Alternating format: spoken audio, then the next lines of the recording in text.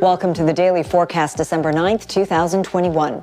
I'm Angie Lau, Editor-in-Chief of Forecast News, covering all things blockchain. We've got two banks, one in Asia, one in Africa, and they've shown off their cross-continental stablecoin transaction system.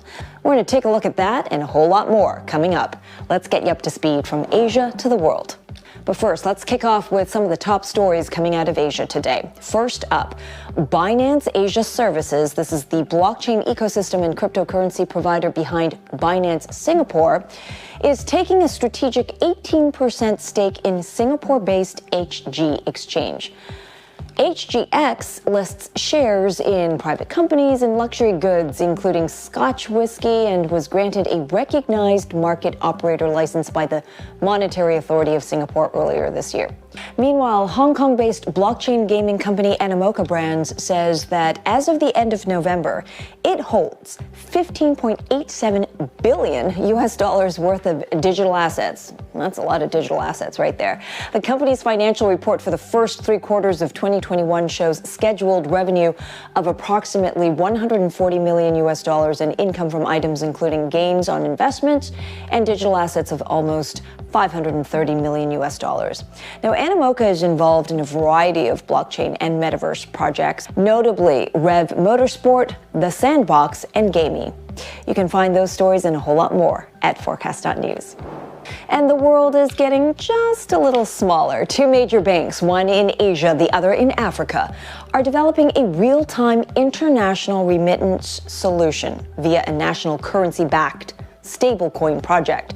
So, could this be the start of a no-fee, time-saving alternative to the current transfer system? Forecast News' Danny Park reports. Using Hedera Hashgraph token service, Shinhan Bank aims to provide a stablecoin backed by the Korean won for users to send money to Standard Bank users, and vice versa with the South African rand. And now the two banks have showcased the stablecoin transaction in action on Hedera's live stream.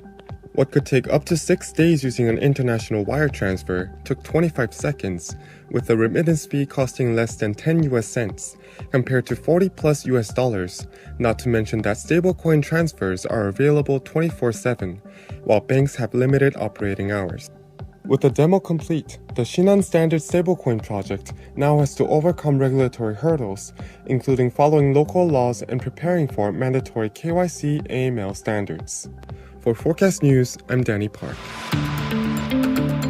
2021 is nearing the end, so what better time to look ahead at the new economy? An economy propelled, of course, by crypto.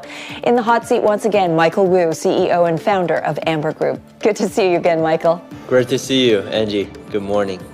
Okay, Bitcoin, the OG of them all, continued to hit all-time highs in 2021.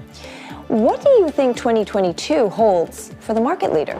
People are expecting the Fed to start tapering, which I think will have impacts on all markets, potentially including crypto.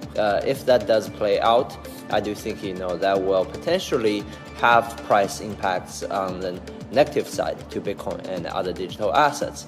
However, at the same time, digital assets' natural growth is also there. Now, this was also the year that we saw Solana skyrocket, Ethereum dominate, and meme coins come and go. So, Michael, what are you keeping an eye on trend-wise as we head into the new year? I do think we will see very fast growth, both in terms of application, the infrastructure, and also in terms of the expansion of the asset class that's related to Web 3.0. That means, all the application layer tokens that's related to Web 3.0.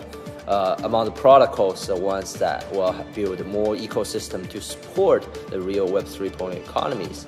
NFTs, GameFi assets, SocialFi assets, and all of which I think that have relevance to Web 3.0 will probably benefit from the overall trend. It's true, it's no longer an alternative asset, it is an asset, and they sometimes walk in stride. Great insights right there from Michael Wu for 2022 for the new economy. Thanks, Michael. And that's the Daily Forecast from our vantage point right here in Asia. For more, visit forecast.news. I'm Editor-in-Chief Angie Lau. Until the next time.